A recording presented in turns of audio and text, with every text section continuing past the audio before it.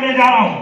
लाखों दिलों की धड़कन, लाखों दिलों की धड़कन, लाखों लोगों के रोल मॉडल, 750 रुपए की नौकरी करने वाले वो व्यक्ति जो एक छोटे स्कूटर के ऊपर चला करते थे, आज 3-3 3 स्टार होटल के मालिक हैं साहब, यूट्यूब आज। एक ऐसी ग्रेट पर्सनैलिटी जिसकी जिंदगी में दिक्कतें बाधाएं बहुत आई, लेकिन उसने अपनी दिक्कतों और बाधाओं को नहीं देखा, अपने लक्ष्यों को देखा, क्योंकि जिनकी निगाहें पहाड़ की चोटी पर होती हैं वो कभी बीच की प्रॉब्लम से थकते नहीं है, हमेशा अपने टारगेट की तरफ देखा। और आज इंडिया ने वर्ल्ड में अपनी एक अलग पहचान बना चुके हैं। मैं आपके वार्म वेलकम के बीच इनवाइट करता हूं। अतिथि का सत्कार कैसे करते हैं, उसकी रिस्पेक्ट करते हैं, और आपसे ज्यादा कोई नहीं जानता। आपके वार्म वेलकम के बीच में शानदार म्यूजिक के साथ I invite please happy welcome the great leader, the great motivator, the great educator, one and only Gurudev Mukesh Kothari sir.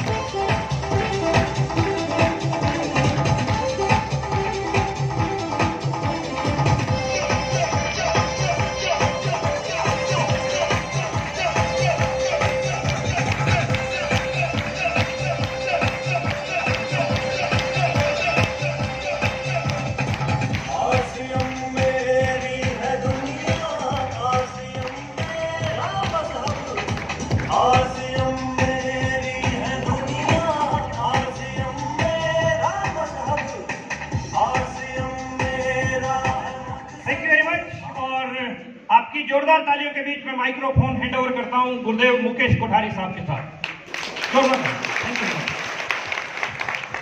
धन्यवाद कमल जी, धन्यवाद रावत साहब, किरण पाल जी, तमाम रॉयल्टी अचीवर, टेक्निकल अचीवर।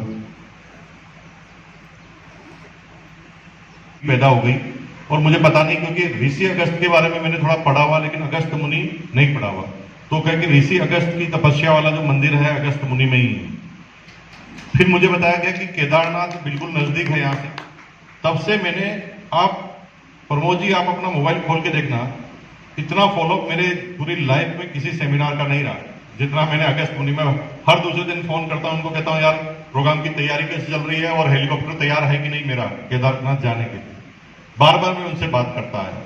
तो मैं कितना एक्साइटेड हूं यहाँ पर आने के बाद, आपको मैं शब्दों में बयान नहीं कर सकता।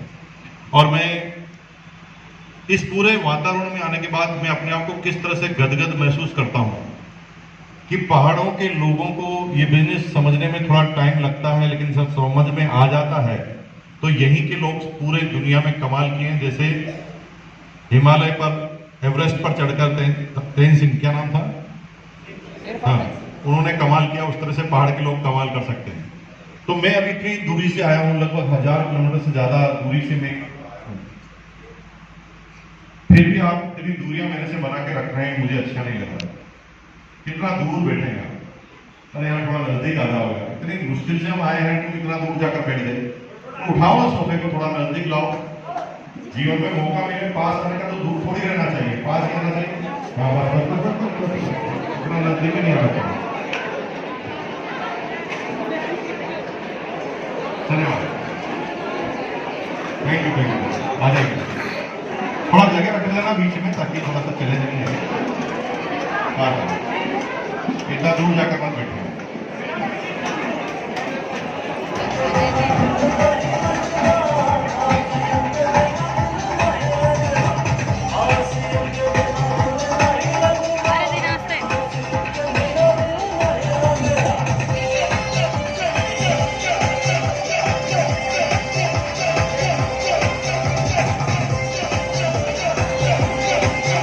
बैठ जाइए, फटाफट बैठ जाइए ताकि बात चालू करें। समय मुझे यहाँ पर स्टेज पर बुलाने सीखना किससे है? एवरीवन, जो भी सामने आ जाए आप उसे गुरु मान लीजिए और सीखना चालू कर दीजिए।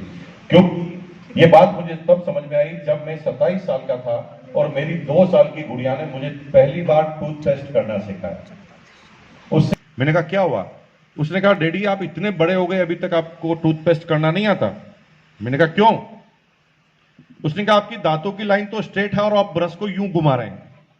हमारी मैम ने कहा है पेस्ट ऐसे किया जाता है, zig zag zig zag zig zag zig zag zig zag. एक चाटा मारा, 27 साल की एज में 2 साल की गुड़िया ने सिखाया। कौन गुरु है? हर व्यक्ति गुरु है। जिधर जाओ उधर गुरु बैठा है। हर आदमी से सीख सकते हैं आप। मैं गुड़िया से सीखा, अपलाइन से सीखा, डाउनलाइन से सीखा, आप लोगों से सीखा, हिंदुस्तान से सीखा, हर जगह मैं सीखता हूं। तैयार हैं सीखने के लिए? तो प्रश्न है, जब मैं आपको अपना गुरु मानता हूं तो फिर मुझे यहां पर क्यों खड़ा किया गया? गुरु तो आप हैं, फिर मैं यहां पर क्यों हूं? मैं आरसीएम का गुरु हूं, जीवन के गुरु आप हैं, है ना?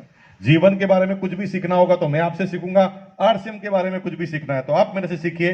दोनों एक दूसरे के गुरु हैं, लेकिन पलड़ा आपका भारी है। मैं 1 घंटे का गुरु हूं और आपको पूरी जिंदगी भर का गुरु रहना है।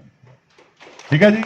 तो 1 घंटे तक आप मुझे गुरु मानिए, फिर जिंदगी भर मैं आपको गुरु मानूंगा, कोई अड़चन नहीं आएगी। ऐसे ही एक दूसरे को गुरु चेला मानते मानते हम जिंदगी को काट लेंगे और जिंदगी के सारे अनुभवों को प्राप्त कर लेंगे। 1973 में जन्म के बाद अपनी इंटर एजुकेशन लेने के बाद एक प्राइवेट नौकरी से मैंने अपना इकोनॉमिकल करियर चालू किया। जब इकोनॉमिकल करियर प्राइवेट नौकरी से चालू किया, मेरी पहली सैलरी हुआ करती थी 750 रुपए। 750 रुपए की नौकरी मैंने क्यों की? क्योंकि मेरे पिताजी करोड़पति थे। यस,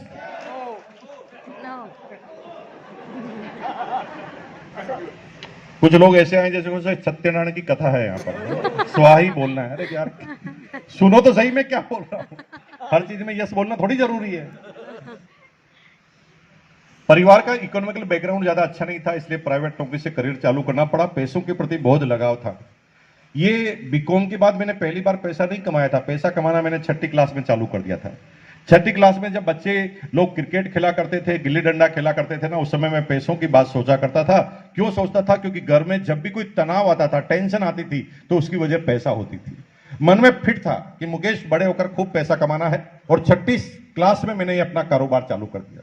6ठी क्लास में सबसे पहले मैंने पतंग की दुकान लगाई। 1 रुपया 60 पैसा मेरी टोटल पूंजी हुआ करती थी, और मैंने 1 रुपया 60 पैसे अपने भाई से उधार लिए। लोन कब मिलता है भाई?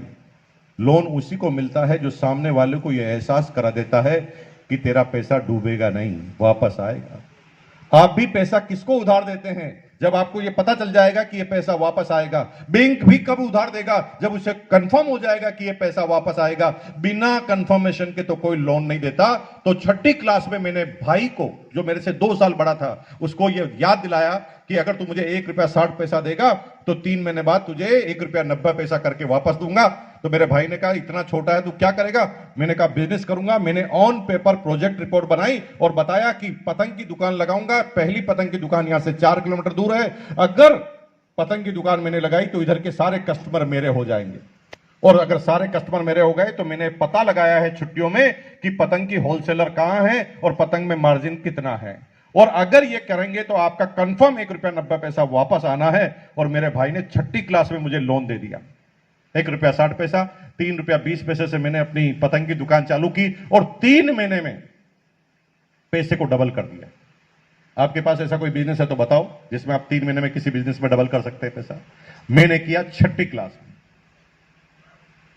वहां से मेरा क्रम चालू हुआ बिजनेस करने का।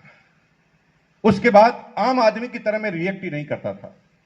होली पर सारे बच्चे कलर की प्लानिंग करते थे, कौन सा लाऊंगा, किसको लगाऊंगा। मैं कलर की दुकान लगाता था। दिवाली पर लोग फटाके चलाने की तैयारी करते थे, मैं फटाकों की दुकान लगाता था।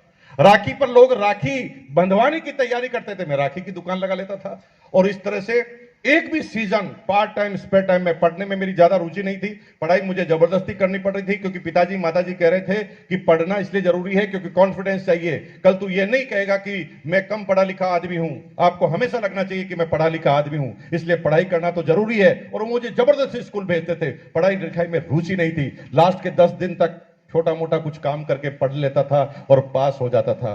पास होना मेरी काबिलियत थी, क्योंकि मैं कॉपी करने का मास्टर था। कॉपी बचपन से ही अच्छी तरीके से की, और इस बिजनेस में आकर भी कॉपी ही की, दिमाग लगाया ही नहीं। मैं तो एक ही बात जानता हूं कि जब आगे वाला जा चुका है तो हमें रास्ता बनाने की जरूरत ही क्या है। आगे वाले की पगडंडी, उसके पग के इशारे पे, उसके पैरों के निशान के आगे बढ़ते जाओ, तुम भी उसी मंजिल पर पहुंच जाओगे। 8वीं क्लास की बात बताऊं, मैथमेटिक्स में 97 नंबर आए मेरे, और जिसकी कॉपी मैंने की ना उसके 95 ही आए। ऐसी काबिलियत वाले आदमी हैं। जिसकी कॉपी की उसके आए 95 और हमारे आए 97। क्यों आए? क्योंकि हम कॉपी करने में माहिर थे। अगर माहिर थे तो क्या आगे वाले से ही कॉपी किया होगा? पीछे वाले से भी तो किया होगा, और कॉपी कर करके आ गए। और सीखने का पहला पॉइंट ही यह है, इस बिजनेस में आपके आगे जो लोग जा चुके हैं ना, आपको उन्हीं लोगों के पैरों के निशान पर जाना है। लेकिन जब हमारा थोड़ा दिमाग एक्स्ट्रा ऑर्डनरी लगता है तो हम थोड़ा कॉपी करने में माहिर नहीं रहते, हम सुन लेते हैं और लकीर के फकीर बन जाते हैं। मैंने कहा 7 कदम चलो, लेकिन मैंने कहा पैरों के निशान पर चलो। लेकिन आपने पैरों के निशान को भूल गए और केवल 7 कदम ही याद रह गए, और आप 7 कदम चलते चलते कभी कभी नीचे की तरफ भी गिर जाते हैं। 7 कदम चलने का मतलब यह है कि आपके जो आगे जा चुका है आदमी, जो कामयाब हो चुका है, उसके पैर के निशान को चेक करो कि काम पड़ा है, और फिर पैर के निशान पर पैर रखो। कभी नीचे गिरोगे? कभी नहीं गिरोगे। कैसे चलना?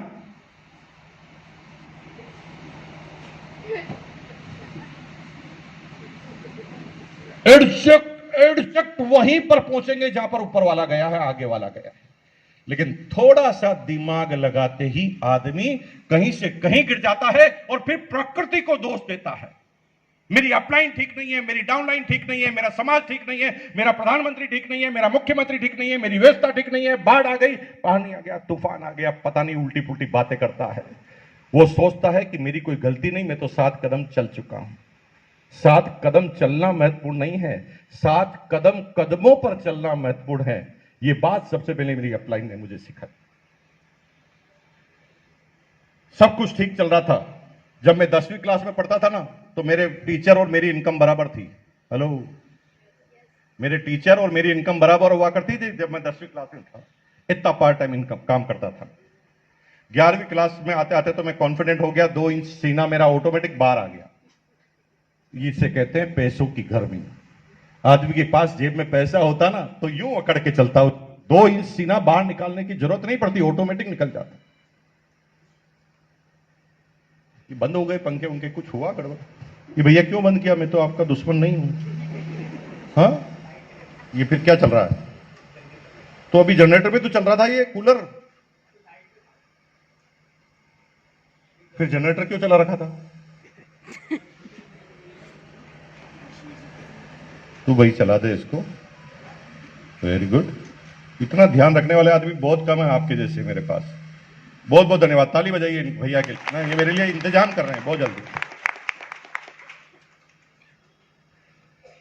तो मैं बात कर रहा था, 11वीं क्लास में आते आते मैं बहुत कॉन्फिडेंट हो गया, और 11वीं क्लास में मुझे कोई गाइड करने वाला नहीं। पिताजी माताजी कोई बिजनेसमैन थे नहीं, उन्होंने नौकरी की भी थी, पूरे खानदान में कोई बिजनेसमैन था नहीं, बिजनेस के बारे में कोई जानता भी नहीं था। 11वीं क्लास में आते आते मैंने एक बड़ा बिजनेस चालू किया। एलपीजी सिलेंडर होता ना गैस का, उसको ब्लैक करने का बिजनेस। कोई समझाने वाला नहीं था कि सही काम क्या है, गलत काम क्या है। मैं तो एक ही चीज देखता था, पैसा आता है कि नहीं आता। योगेंद्र जी, आप नेटवर्क आज बना रहे होंगे, हमने 11वीं क्लास में नेटवर्क बना लिया। 11वीं क्लास में हमने पूरे मोहल्ले की लिस्ट बना ली थी और यह सर्वे किया कि किसका फैमिली छोटा है, जिसको सरकार ने सिलेंडर दे रखा है, 2 देती है महीने में और इस्तेमाल 1 ही होता है। तो हम उसको घर घर में जाकर मौर्य साहब प्लान बताकर आते थे, घर घर में जाकर प्लान समझाते थे कि भाई साहब सरकार तुम्हें 2 देती है, तुम्हारा इस्तेमाल 1 ही होता है, तो तुम क्या करो, 1 सिलेंडर यूज करो और 1 सिलेंडर मुझे दे दो। जो सिलेंडर आप मुझे दोगे ना उसमें मैं तुम्हें 100 रुपया ब्लैक दूंगा। और 100 रुपए में ब्लैक में ले लेकर 150 रुपए में ब्लैक कर देता था। और उस समय में भिलवाड़ा का किंग था ब्लैक मेलर, सबसे टॉप वाला। 12वीं क्लास में आते आते इतना कॉन्फिडेंट था कि मैं किसी से डरता ही नहीं था। एक दिन एलपीजी सिलेंडर के गैस के जो डीलर थे ना, उनके ऑफिस में घुस गया बिना परमिशन के, और मैंने बड़े उस डीलर को, उस समय बहुत बड़े आदमी होते थे जिनके पास पेट्रोल पंप होता था, एलपीजी सिलेंडर की डीलरशिप होती थी, बड़े आदमी होते थे। मैं उनके ऑफिस में जाके कहा, सर मुझे पता चला है कि आप और आपके लोग मिली भगत से कुछ सिलेंडर ब्लैक करते हैं। तो वो खड़ा हो गया, उसने कहा तू इंफॉर्मेशन दे रहा है कि इंक्वायरी कर रहा है?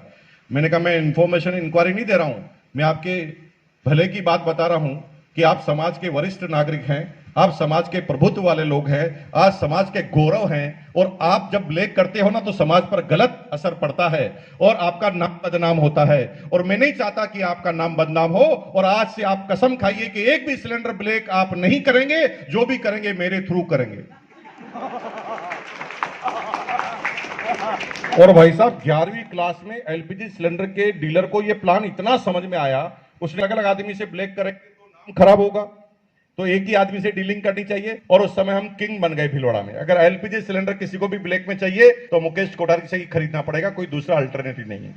आपकी जब शादी ब्याह होते हैं तो साल में 1-2 बार 4 बार आप खाना खाने जाते हैं। पूरे भिलवाड़ा में एक भी शादी ऐसी नहीं होती थी जो हमारे बगैर हो जाए, क्योंकि हलवाई को सिलेंडर चाहिए, वो हमारे पास ही मिलते। लोगों की शादी तय होते ही सबसे पहले हमारे पास ही कार्ड आता और सब हमें इन्विटेशन देते कि भाई साहब इतने तारीख की शादी है, सहपरिवार आना है और साथ में 4 सिलेंडर लाने हैं।